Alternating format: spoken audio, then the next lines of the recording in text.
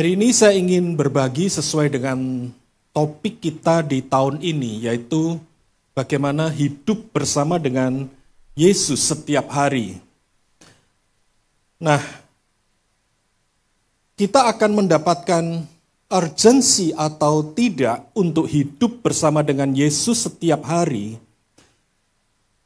Saya akan tunjukkan ada 3 pertanyaan aja. Yang pertama adalah, kenapa aku harus hidup dengan Yesus setiap hari?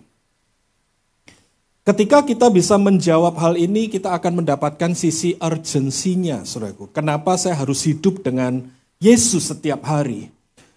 Tetapi kalau kita hanya sebatas bilang bahwa, supaya aku diberkati, supaya aku dilindungi, ya, supaya hidupku menjadi gampang, menjadi mudah.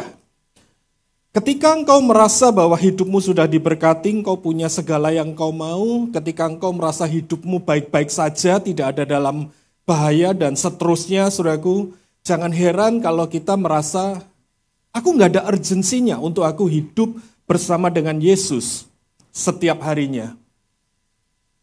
Atau pertanyaan yang kedua adalah, apakah aku membutuhkan kehadiran Yesus setiap hari? Ketika kita merasa bahwa aku nggak butuh kehadiran Yesus setiap hari. Aku bisa menggunakan kekuatanku sendiri, aku bisa minta tolong teman-temanku, ya, aku sudah dijamin oleh komunitasku dan seterusnya dan seterusnya. Maka kita juga tidak mendapatkan urgensinya untuk hidup bersama dengan Yesus setiap hari. Dan yang ketiga, apakah aku memang punya kerinduan, punya keinginan untuk hidup bersama dengan Yesus? Kalau aku tidak ada kerinduan untuk hidup bersama dengan Yesus, mungkin kau lebih rindu dengan pacarmu, engkau lebih rindu dengan temanmu, engkau lebih rindu dengan artis-artis yang kau suka. Sekali lagi kita akan kehilangan urgensi untuk hidup bersama dengan Yesus setiap hari, saudaraku. Nah, hari ini saya ingin mengajak saudara untuk melihat, kira-kira ada 3 hal yang saya ingin bagikan sama saudara. Sebenarnya kondisi apa yang sedang kita hadapi, saudaraku? Sehingga hidup dengan Yesus setiap hari itu sebetulnya adalah hal yang sangat-sangat vital dalam kehidupan kita. Ya, kondisi apa sebenarnya yang sedang kita hadapi, saudaraku? Dan kemudian yang kedua, kenapa secara khusus harus Yesus? Kenapa tidak malaikat? Kenapa tidak yang lain? Kenapa tidak superhero? Kenapa harus Yesus, saudaraku? Ini berbicara tentang pengenalan kita akan Yesus tentunya. Dan kemudian nanti tindakan praktis apa yang kita bisa kerjakan untuk kita bisa hidup bersama dengan Yesus setiap harinya. Nah, yang pertama saya akan mengajak saudara untuk melihat kondisi apa sebenarnya yang sedang kita hadapi. Sejak awal mula penciptaan, Tuhan itu menawarkan persekutuan, saudaraku, dengan kita. Tuhan menawarkan hubungan yang sangat dekat dengan kita sebenarnya. Sejak dari awal mula. Ketika Tuhan menciptakan Adam dan Hawa, di pasal 3 ketika Adam dan Hawa jatuh dalam dosa, di situ dikatakan Tuhan berjalan di taman pada waktu hari sejuk, saudaraku. Nah, dikatakan Tuhan berjalan di hari yang sejuk, banyak orang menganalisa bahwa itu adalah kebiasaan yang dilakukan oleh Tuhan untuk menjumpai Adam dan Hawa setiap harinya. Jadi setiap hari Tuhan itu selalu bersekutu dengan Adam dan Hawa, saudaraku. Makanya sampai dikatakan begini, Taman Eden itu bukan masalah tamannya, tetapi Taman Eden itu menunjukkan satu spot, satu tempat di mana Tuhan punya kebiasaan berjumpa dengan Adam dan Hawa setiap harinya. Makanya ketika dikatakan Tuhan melangkah, Tuhan tanya, Adam, di mana engkau? Dia tanya kepada manusia itu adalah Adam, kalau saudara baca. Dia tanya, kamu ada di mana? Jadi Tuhan sedang mencari karena Tuhan punya kebiasaan untuk bersekutu, saudaraku. Makanya kalau kita lihat di Alkitab, semua tokoh-tokoh di Alkitab selalu punya satu kebiasaan. Kalau di perjanjian lama mereka membangun mezbah, mereka mempersembahkan korban, dan mereka taat kepada kehendak Tuhan, saudaraku. Itu berbicara persekutuan. Dan kalau saudara baca di 1 Yohanes 1 sampai 3, khususnya di ayat 3, di situ dikatakan bahwa Yohanes bilang gini, semuanya ini aku ceritakan kepada kamu. Tujuannya cuma satu sih. Tujuannya apa? Supaya engkau memperoleh persekutuan dengan Tuhan. Dan kitab Wahyu ditutup dengan dikatakan Tuhan turun di tengah-tengah umatnya. Dia menjadi raja di tengah-tengah umatnya, saudaraku. Dia tinggal bersama dengan umatnya. Nah itu poinnya itu menarik banget, saudaraku. Jadi bukan kita yang sibuk diajak ke surga hanya untuk menyembah Dia, tetapi lebih daripada itu dia turun di tengah-tengah umatnya. Dengan kata lain Tuhan menawarkan lebih dari sekedar penyembahan, saudaraku. Tuhan menawarkan persekutuan.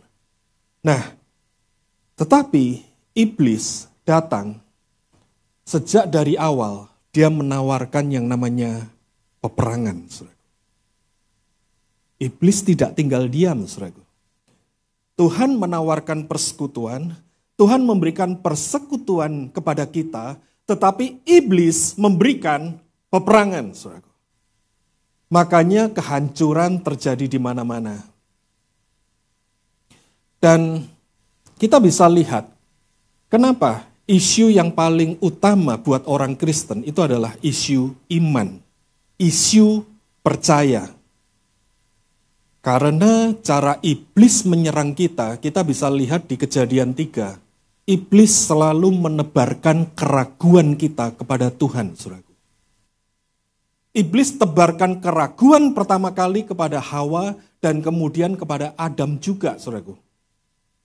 Jadi kepada Adam dan Hawa, iblis sudah tebarkan keraguan sehingga Adam dan Hawa tidak percaya lagi kepada apa kata Tuhan. Dia percaya kepada apa kata iblis, saudaraku. Makanya isu iman itu menjadi isu yang sangat vital banget. Seakan-akan begini loh.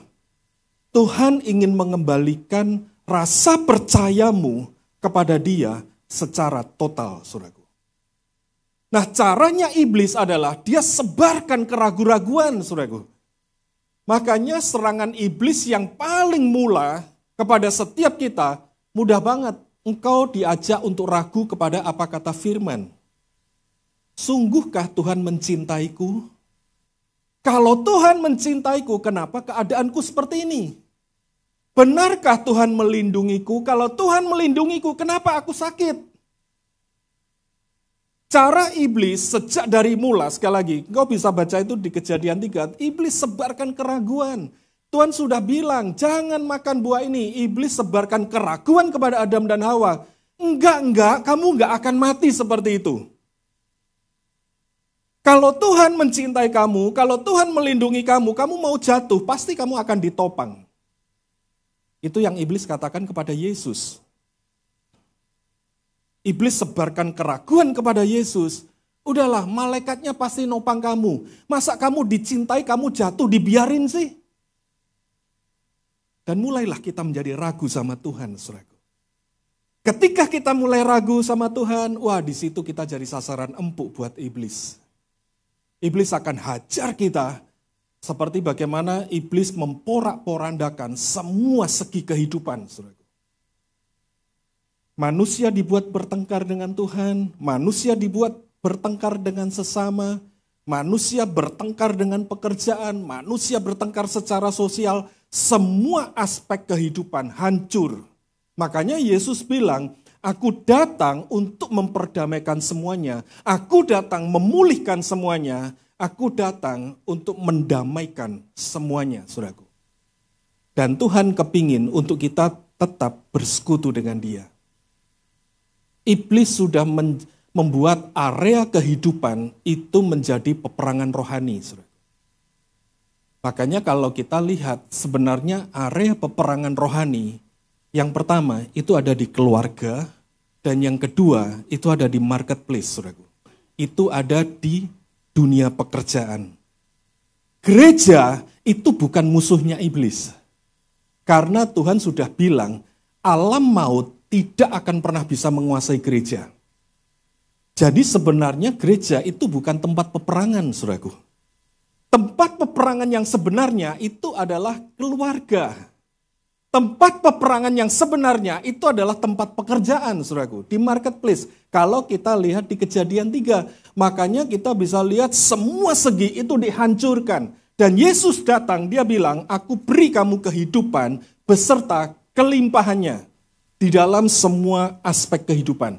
Makanya ketika kita bertobat, kita datang kepada Tuhan, kita bersekutu dengan Tuhan, semuanya dipulihkan, saudaraku.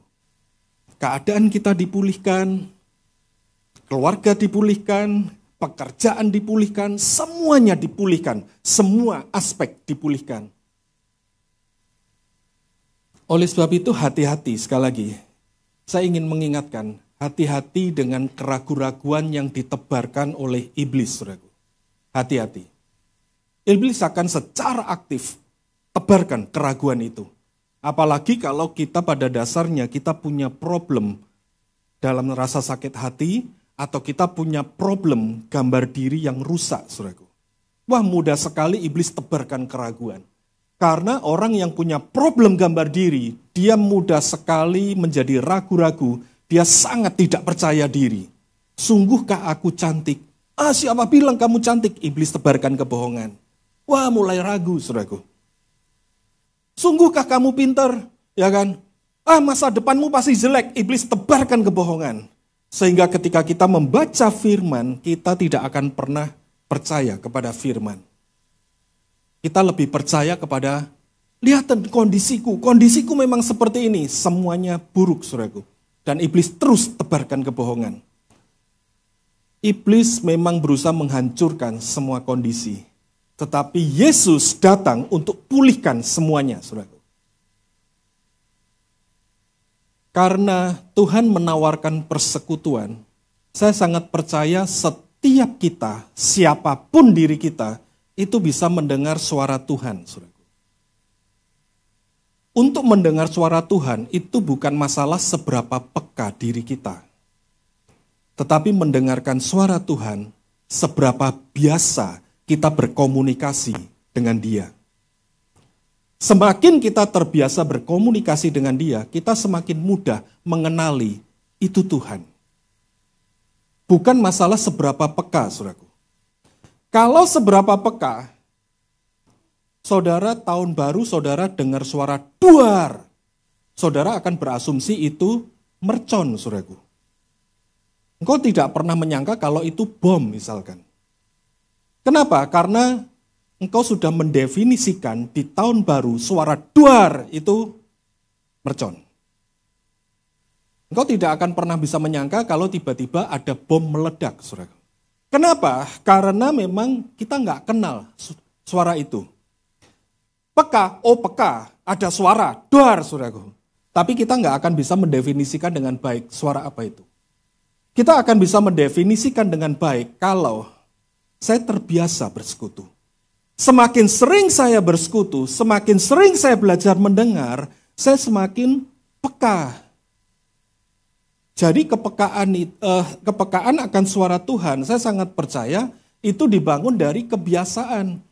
Nah, masalahnya semakin tidak pernah kita bersekutu dengan Tuhan, kita nggak bisa dengar suara Tuhan, wajar, saudara. Contoh.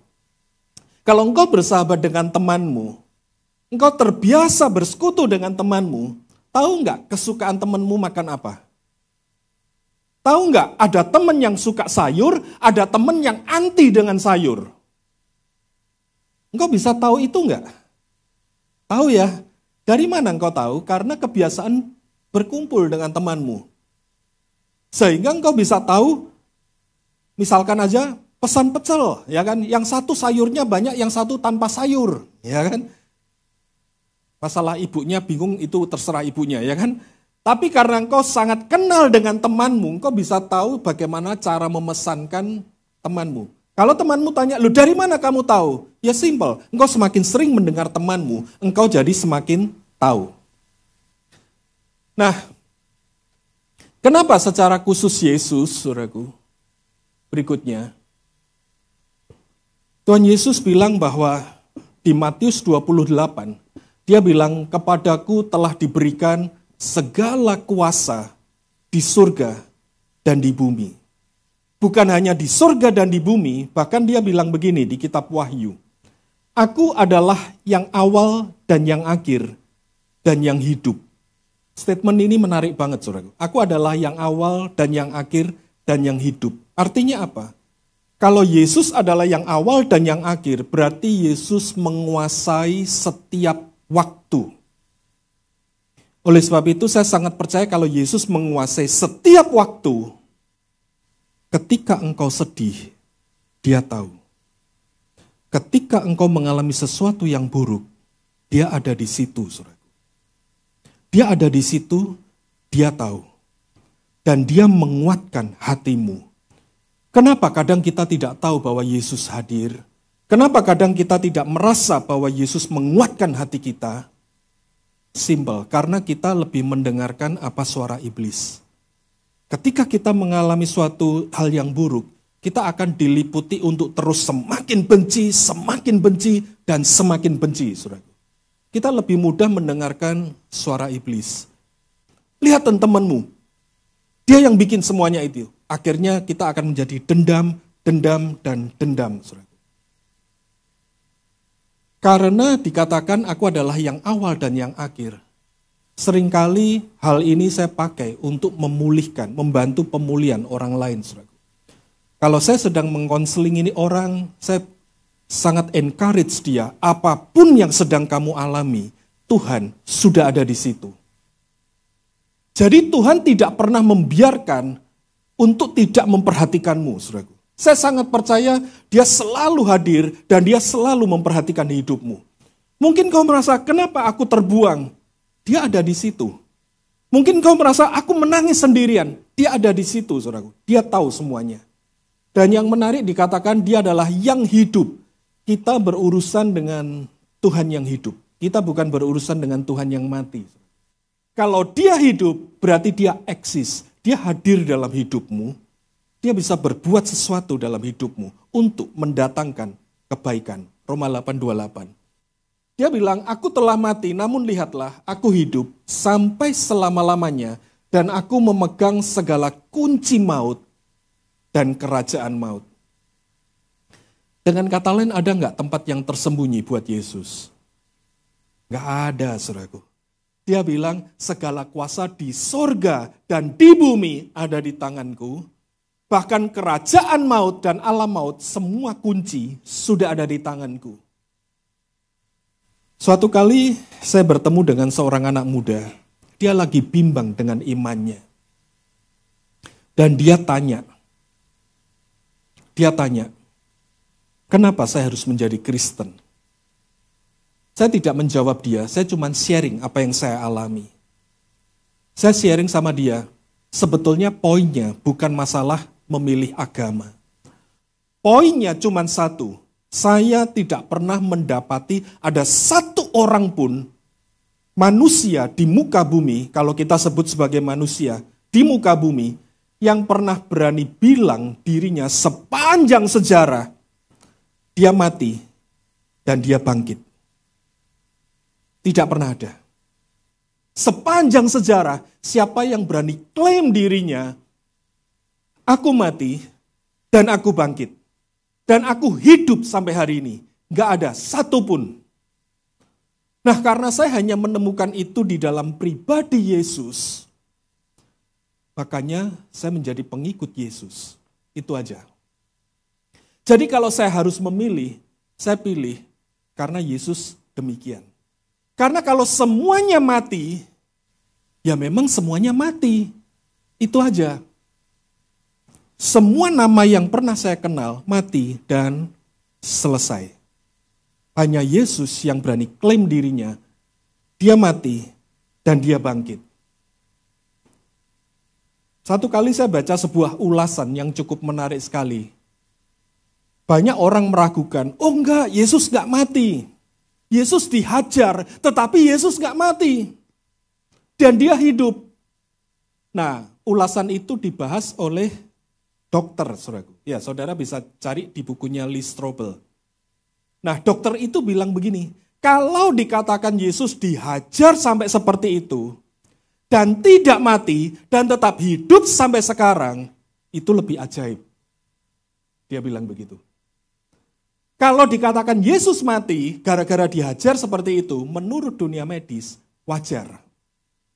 Tapi kalau dihajar seperti itu, dengan teknologi kedokteran di zaman itu, Yesus tidak mati, dan sampai sekarang dikatakan masih hidup, itu lebih sakti lagi.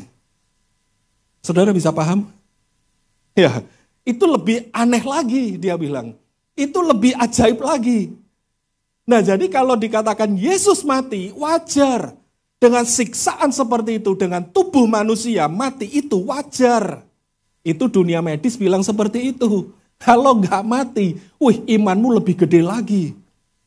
Dibutuhkan iman lebih super lagi. Orang diajar seperti itu, nggak mati, sampai sekarang tetap hidup, saudaraku. Paham perbedaannya? Ya, itu dari dunia medis, saudaraku. Saudara bisa baca itu di bukunya Lee Strobel, itu keren banget. Karena dia adalah seorang wartawan yang sedang melakukan investigasi tentang Yesus, saudaraku. Nah, kemudian dia bilang bahwa, ya, aku datang segera. Kalimat ini menjadi menarik banget, kenapa? Karena kita bisa punya kepastian untuk mempercayai setiap firman yang dia ucapkan, saudaraku.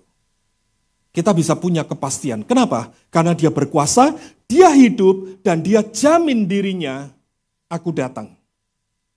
Kalau dia sudah pernah membuktikan, menurut sejarah, ya ada beberapa banyak bukti bahwa Yesus pernah mati, dan dia bangkit, dan naik ke surga, disaksikan lebih dari 500 orang.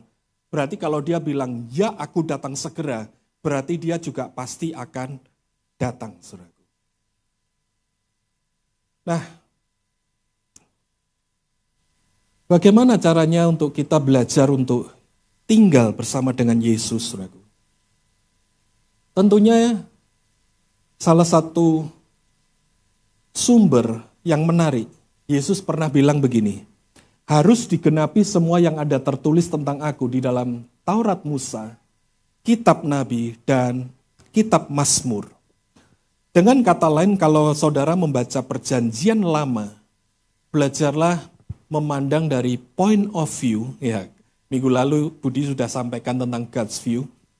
Point of view-nya, saudaraku, itu adalah tentang Yesus.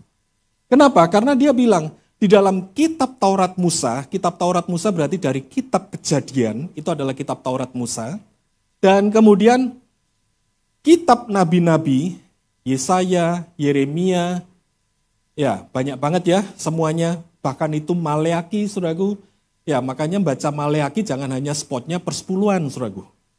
Ya poinnya bukan di situ. Nah bahkan di kitab Mazmur semuanya dikatakan itu cerita tentang Yesus, nubuatan tentang Yesus. Dan sekali lagi Yesus punya kerinduan untuk tinggal bersama dengan saudara dan saya. Dia bilang, tinggallah di dalam aku, dan aku di dalam kamu. Makanya kalau kita bilang bahwa setiap hari kita harus belajar hidup bersama dengan Yesus, itu hal yang sangat vital, saudara. Kenapa?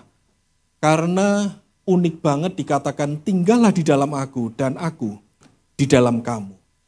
Sekali lagi, saya hanya menemukan inilah salah satu hal utama, keunikan daripada Kristen, saudaraku. Di mana Tuhan bilang, tinggallah di dalam aku dan aku di dalam kamu.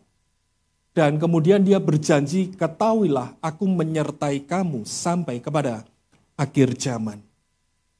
Dengan kata lain, saudaraku, kalau kita tidak hidup bersama dengan Yesus,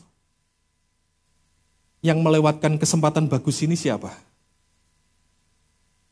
Saya. Kenapa? Karena Tuhan sudah sangat berinisiatif sejak dari mula, bahkan nanti sampai kitab Wahyu, dia ingin tinggal bersama dengan kita. Dan kita kenapa harus tinggal bersama dengan dia? Kita menghadapi kondisi yang sangat genting, yaitu bicara peperangan rohani. Jadi kondisi kita itu unik. Di satu sisi kita menghadapi peperangan rohani, tetapi caranya, saudaraku, cara untuk menghadapi peperangan itu, bersekutulah dengan Tuhan. Tinggallah bersama dengan Yesus setiap hari. Makanya, kadang kalau kita nggak memahami point of view ini, kadang kita bingung. Di satu sisi katanya kita perang, tetapi di sisi yang lain, kita harus bersekutu. Dan gawatnya kita sebagai manusia, kita berpandangan yang namanya bersekutu, berarti itu kondisi enak atau kondisi tidak enak. Kondisi enak. Kita berpikiran bahwa bersekutu itu kondisinya enak. Kondisiku baik-baik saja. Maka kalau kondisiku tidak baik-baik saja, kita berpikir, Tuhan ini ngawur. Saya butuh perang, saya butuh senjata, kok Tuhan selalu ngajaknya bersekutu, dan bersekutu. Karena memang apapun kondisinya, Tuhan memang menawarkan persekutuan, saudaraku. Jadi itu paradoks banget. Di satu sisi kita menghadapi peperangan, itu kondisi yang kita alami, tetapi ternyata kuncinya hiduplah bersama dengan Yesus setiap hari. Kenapa? Karena aku di dalam kamu dan kamu di dalam aku. Nah, bagaimana cara kita mempraktekannya? Saya akan mengajak saudara untuk belajar dari statementnya Paulus, itu di Filipi 2. Saya menemukan ini gara-gara teman-teman punya proyek membaca Filipi. Nah, di Filipi 2 ada 3 statement yang menarik banget dari Paulus. Yang pertama dia bilang, jangan tiap orang hanya memperhatikan kepentingannya sendiri, tetapi perhatikan juga kepentingan orang lain. Siapakah orang lain? Kalau engkau di rumah berarti itu bisa orang tuamu, bisa saudara-saudaramu, bisa emak engkongmu, ya kan, kakek nenek, bisa tetanggamu, bisa siapapun. Bagaimana cara mempraktekannya?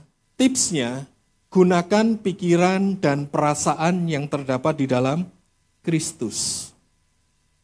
Dan kalau saudara lanjut di bawahnya, di situ dijelaskan bagaimana pikiran dan perasaan Kristus, yang walaupun dalam rupa Allah tidak menganggap itu sebagai milik yang harus dipertahankan. Dengan kata lain, pikiran Kristus, perasaan Kristus itu berani melepaskan hak, saudaraku. Seringkali pertengkaran terjadi karena kita sibuk mempertahankan hak. Hanya urusan parkir saja kita berani bertengkar dengan orang lain. Kenapa? Karena kita berusaha mempertahankan hak, saudaraku. Ketika kita melepaskan hak, maka hidup akan menjadi damai. Dan kemudian apa? Di situ kita juga belajar tentang kerendahan hati. Kita belajar tentang ketaatan. Nah, jadi menggunakan pikiran dan perasaan yang terdapat di dalam Kristus, belajar melepaskan hak, belajar untuk rendah hati, belajar untuk taat, belajar untuk respect dengan orang-orang yang ada di sekitar kita. Jadi setiap hari tanamkan dalam benakmu, aku harus mengenakan pikiran dan perasaan yang terdapat di dalam Kristus. Berikutnya yang kedua adalah Paulus bilang demikian, Allah lah yang mengerjakan di dalam kamu baik kemauan maupun pekerjaan menurut kerelaannya. Ini yang seringkali disebut sebagai antusiasme. Antusiasme itu berasal dari entheos. Tuhan ada di dalam. Tuhan yang mengerjakan di dalam kamu. Dengan kata lain, kalau teman-teman, engkau punya satu keinginan yang sangat baik, engkau melakukan pekerjaan yang sangat baik, dan engkau antusias di situ, percayalah Tuhan sedang bekerja di dalam dirimu. Misalkan nih, tiba-tiba engkau pingin mendatangi orang tuamu, kamu pingin minta maaf sama orang tuamu. Itu keinginan yang baik atau buruk? Baik. Engkau didorong untuk mendatangi orang tuamu. Ketika ada dorongan yang demikian kuat di dalam dirimu, dan itu adalah hal yang sangat baik, tidak bertentangan dengan firman, percayalah Allah sedang mengerjakan di dalam kamu. Semakin tidak kamu kerjakan, semakin kau abaikan, kau akan semakin dihantui, saudaraku. Untuk ayo datangi terus, ayo lakukan, ayo lakukan. Nah, itu ciri khas Tuhan sedang bekerja di dalam kamu. Nah, Paulus memberikan tips di Filipi 3. Apa yang mendorong dalam dirinya? Dia bilang, yang ku kehendaki itu adalah mengejar pengenalan akan Kristus. Jadi simpelnya, saudaraku, saya berikan tips yang kedua adalah mengejar pengenalan akan Kristus. Pengenalan akan Kristus itu harus menjadi sesuatu yang aku ingini. Jadi, saya harus belajar untuk mendesain atau ngeset, saudaraku, supaya hati saya, keinginan saya, kehendak saya, prioritas yang pertama, saya ingin belajar mengenal Yesus. Itu harus menjadi top priority, saudaraku. Kalau kita belajar dari Paulus.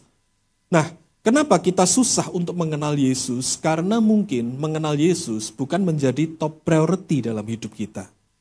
Bukan menjadi keinginan di dalam hidup kita, bukan. Mungkin kita punya keinginan, bagaimana supaya aku bisa cepat kaya? Bagaimana aku bisa menjadi kaya? Enaknya kerja apa lagi ya? Enaknya apa lagi yang harus aku lakukan? Nah, ketika kita punya keinginan yang lain, saudaraku, makanya jangan heran, mungkin mengenal Yesus, kita anggap itu sebagai wasting time. Kita anggap sebagai sesuatu yang sangat mengganggu. Sebaliknya, Paulus bilang begini, semuanya ku anggap sampah gara-gara pengenalan akan Yesus. Dengan kata lain, hal yang paling utama, hal yang paling berharga, hal yang paling prioritas di dalam hidup Paulus, kenal Yesus. Itu yang paling prioritas. Kenapa? Karena sisanya di luar itu sampah. Nah, dia ngeset dalam prioritas yang paling utama.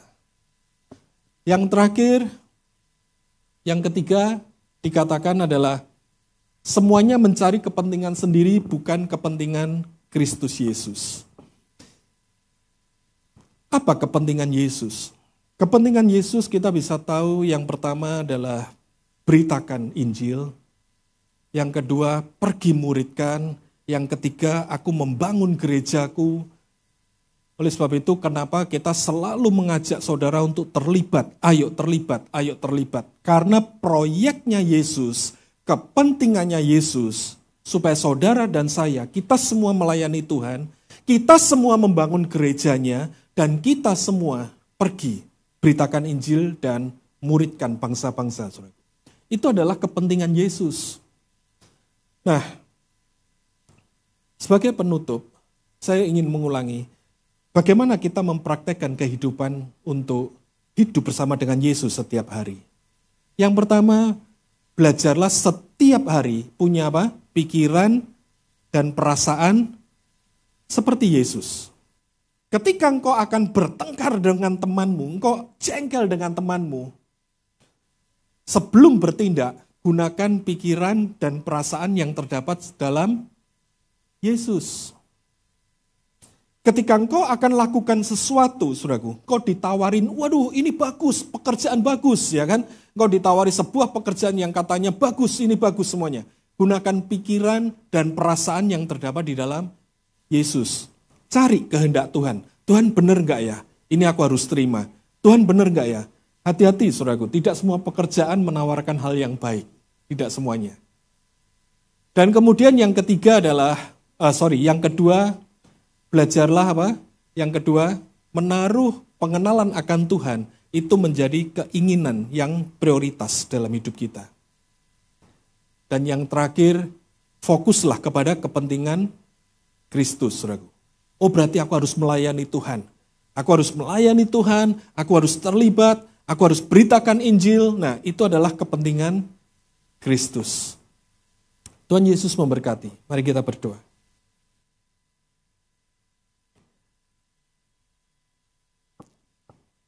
Terima kasih Roh Kudus. Kami serahkan semuanya ke dalam tangan-Mu. Bahwa kami Roh Kudus untuk kami boleh terus hidup setiap hari bersama dengan Yesus. Ajar kami untuk tenggelam di dalam firman-Mu Tuhan, dan ajar kami untuk menjadi pelaku. Dan biarlah iman kami Tuhan boleh senantiasa kuat di dalam Engkau. Percaya bahwa Engkau mengasihi, Engkau memelihara, dan Engkau terus bersama dengan kami. Terima kasih Bapak, di dalam nama Tuhan Yesus. Amin.